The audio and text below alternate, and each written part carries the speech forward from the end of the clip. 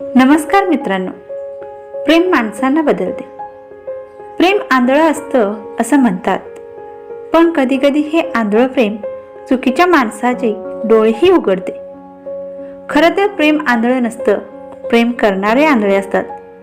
कदाचित एक दिवस आपल्यात सगळं नीट होईल या विचाराने समोरच्या व्यक्तीच्या चुकांकडे दुर्लक्ष करत राहतात आणि नातं वाचवण्याचा प्रयत्न करत राहतात. पण फक्त नातं असणं पुरेसं नसून त्या नात्यात प्रेम असणं सगळ्यात महत्त्वाचं असतं. सर्व जगाशी भांडून विनीताने तन्मयशी लग्न केले. विनीता आणि तन्मय यांचे एकमेकांवर प्रेम होते. ते 4 वर्षापासून रिलेशनशिपमध्ये होते. त्यानंतर दोघांनी लग्न करण्याचा निर्णय घेतला. पण सगळ्यात मोठं आव्हान होतं घरच्यांना पटवणं. तन्मयला घरी फक्त त्याची आई आणि एक लहान बहीण होती. तन्मयला वडील नव्हते, त्यामुळे आईला पटवणे त्याला थोडे सोपे होते. पण विनीताच्या घरच्यांना ते इतक्या सहजासहजी मान्य होणार नव्हते. विनीताने घरच्यांना मनवण्याचा आटोकाट प्रयत्न केला, पण तिच्या घरच्यांना ते मान्य नव्हते. तिच्या घरचे लोक तिच्यावर नाराज झाले आणि म्हणाले की तुला लग्न करायचे असेल तर कर, पण यापुढे आमच्या दारात येऊ नको. ही गोष्ट तिने तन्मयला सांगितली. तन्मय म्हणाला की जर तू माझ्यावर खरंच प्रेम करतेस तर मी सदैव तुझ्यासोबत आहे. मी तुझ्या प्रत्येक प्रसंगात सोबत असेन. विनीताने यावर खूप विचार केला.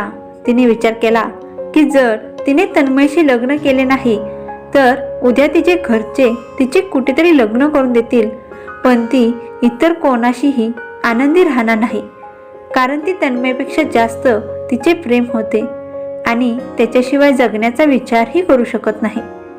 आणि तिने तन्मयशी लग्न केलं तर उद्या तिच्या घरच्यांनाही दिसेल की ती तन्मयसोबत किती आनंदी आहे. मग कदाचित तिच्या घरातील लोकही त्यांच्या नात्याला मान्यता देतील. त्यामुळे विनीता तन्मयशी लग्न करायचं ठरवते आणि तिचं घर सोडते. आता त्यांच्या लग्नाला 1 वर्ष झाले आहे. सर्व काही ठीक चालले होते. मग असे झाले की तन्मय ज्या इलेक्ट्रिकल कंपनीत काम करायचा ती काही कारणास्तव बंद पडली आणि तन्मयची नोकरी गेली. या सगळ्यानंतर त्याच्या घरात खूप कठीण दिवस जात होते. तन्मय दुसरी नोकरी शोधत होता, पण कुठेच काही काम होत नव्हते. विनीता ब्युटी पार्लर चालवायची आणि त्यातून आलेल्या पैशातून घर चालवायचे. तन्मय खूप अस्वस्थ होऊ लागला. तो रोज संध्याकाळी दारू पिऊन घरी यायचा आणि घरात गोंधळ घालायचा. विनीता त्याला इतकं समजवायची की असं करू नकोस, सगळं ठीक होईल, तुला लवकरच नोकरी मिळेल, पण तन्मय तिला शिवीगाळ करून हाकलून द्यायचा. या सगळ्यामुळे विनीता सुद्धा खूप अस्वस्थ झाली होती की मी सर्व काही सोडून लग्न केलं आणि आता हे सगळं घडत आहे. तिला तिच्या आई वडिलांची आठवण येऊ लागली, पण ती त्यांच्याशी बोलूही शकत नव्हती. स्वतःहून घरी निघून गेली. तू का आलीस असं म्हणतील. 1 महिना झाला होता. काही ठीक होत नव्हते. तन्मय रोज दारू पिऊन यायचा आणि घरात गोंधळ घालायचा. त्याच्या आई आणि बहिणीने त्याला खूप समजावले. विनीताही स्वतःहून तन्मयसाठी नोकरी शोधत होती. एकदा तर विनीताला तन्मयसाठी इलेक्ट्रिकल दुकानात नोकरी मिळाली, पण तिथं त्याला ते आवडलं नाही आणि 15 दिवसात ती नोकरी सोडून दिली. एवढं होऊनही विनीता तन्मयशी प्रेमाने वागायची. तन्मय दिवसभर घरीच असायचा आणि विनीता दिवसभर ब्युटी पार्लरमध्ये काम करायची. संध्याकाळी घरी आल्यावर सगळ्यांसाठी जेवण बनवायची आणि घरचं काम करायची. तन्मय आता विनीताशी फारसा बोलतही नव्हता. विनीताशी वाटेल ते करायचा. असेच बरेच दिवस निघून गेले होते. तन्मयला बघितले की विनीता कधी त्याच्याकडे तक्रार करत नसे, कधी ती मूकपणे घर सांभाळून घ्यायची. तन्मयला हे सगळं बघून खूप वाईट वाटत होते. लग्नानंतर त्याने काही सुख दिले नाही. विनीता तिचीही काही स्वप्ने असतील, इच्छा असतील, या सगळ्यांचा विचार करून एके दिवशी तो विनीताला म्हणाला की मला काही पैसे हवे आहेत, तू देऊ शकते का? विनीताने तन्मयकडे काहीच मागितले नाही. आणि तिने तिचे वाचवलेले 20,000 रुपये तन्मयला दिले. तन्मय दुसऱ्या दिवशी कोणाला न सांगता घराबाहेर गेला. सलग काही दिवस तो रोज कुठेतरी जायचा.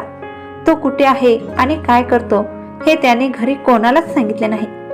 आणि घरी काही दिवस राहिल्यावर तो म्हणाला की उद्या सगळ्यांना माझ्यासोबत कुठेतरी जायचे आहे.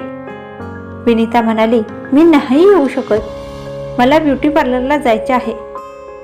तन्मय तिला प्रेमाने सांगतो की उद्या ब्युटी पार्लर बंद होणार आहे आणि तू माझ्यासोबत चल.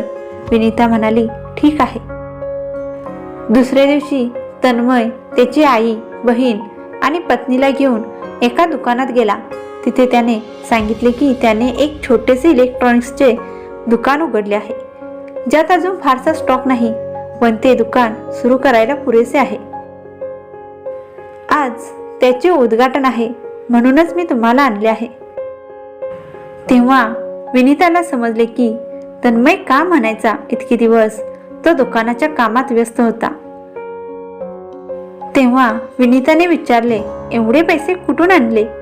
तन्मयने सांगितले की तू 20,000 दिले होतेस, बाकीचे काही मित्रांकडून उसने घेतले आहेत, ते हळूहळू परत करीन.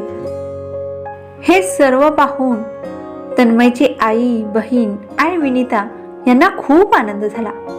विनीताला बरे वाटले की तन्मय आता बदलतोय, त्याला आता कुटुंबाच्या जबाबदाऱ्या कळत आहेत. आता तन्मय आणि विनीता दोघेही आपापल्या परीने चांगले काम करत होते आणि वर्षभरात तन्मयचे स्टोअर खूप वाढले. मग त्याने सर्वांचे कर्ज परत केले. विनीताच्या प्रेमाने तन्मयला पूर्णपणे बदलून टाकले होते आणि आता त्यांचे कुटुंब सुंदर आणि सुखी कुटुंब होते. प्रेम ही एक भावना आहे जे मनापासून असते.